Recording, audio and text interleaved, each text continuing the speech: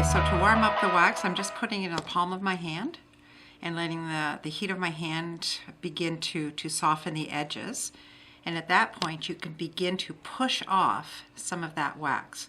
If you're working with a larger block, you can use something like a potato peeler and just shave off some of it. But what you want is about a pea-size piece of wax, and it sticks to everything. Your skin, dust, lint, your budgie feathers. So mold it, warm it up in your fingers just like that, and it becomes quite pliable. Put it onto your surface, and I like to use a firm surface. This is just a wooden blank that you can get dollar stores or most craft stores. And I'm starting to now mold it out, and you want it about the height of half of a size 11 seed bead. Too much and it begins to ooze up through the beads,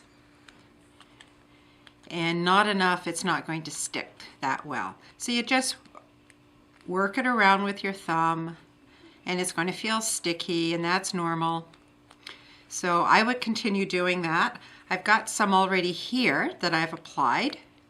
Same way, and you can just keep working it so that it's smoothed out. So once you've got going, if you're working from the middle, an easy way of working is just finding the middle of something. And you can just score it through the wax so that you can see where the middle is.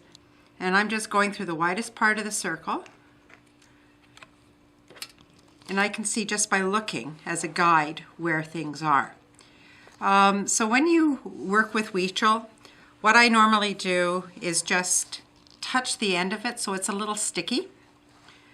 And I pick up a bead just like that, and I place it where I want it. So pick up, let's do another color. A pick up, this will be purple, place it straight down and straight up again. So pick it up and straight down. If you start going to the side, you run the risk of sort of pushing your beads out of alignment.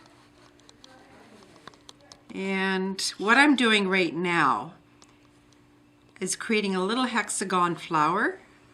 And that's where I sort of wanted to find where my middle was, because now I can move out. So now I can move out and continue to create this hexagon. And you want to nestle your beads sort of in between the beads. You're not really lining them up in rows. You're nestling them. And it becomes, so there's a place where it's just not quite sticky enough. However, I've worked with all kinds of shapes and sizes of beads, and they all work as long as it's got a nice flat shape. Now you can continue. You could change colors, do all kinds of stuff. So you just continue to pick up. You can change your bead colors. You can go to use size 8s. I've used size 6s. I've used Tila's. Anything with a flat back holds really well. You'll notice I don't have a lot of wax there. Just a quick trick I found. So if you're running into a place where there's not quite enough wax, just pick it up on your bead tool, skim it across the wax. It puts a little bit of wax there on the end, and that'll help place it if it just needs a little reinforcement. So again, just a quick skim, and there it goes. And you can keep going. You can add colors, change colors. I'm doing it very randomly. I don't have a pattern in mind now. So, but it's very Zen-like. You just let things happen. And that's about it. You can continue out. I like to do the whole surface at once, putting the wax on it. Then you don't have to stop and fool around with it. When it's done, what I like to do is just coat it with a diluted coat of matte Mod Podge or some matte acrylic sealer. And that helps protect it as well.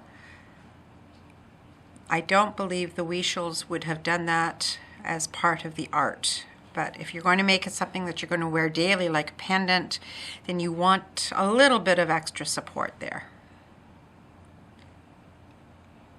So, but very zen-like, and you can just, almost like a zen tangling using beads.